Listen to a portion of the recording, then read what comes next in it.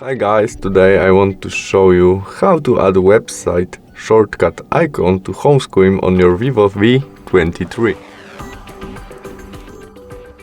In the first step we must go to the web and choose a website which we want to add on our home screen. And now press the three dots in the right corner and go to the add to home screen and select the name of our shortcut icon.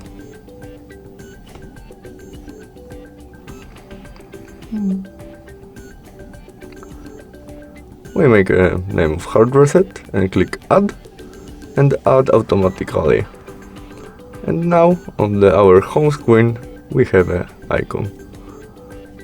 Thank you for watching. Bye.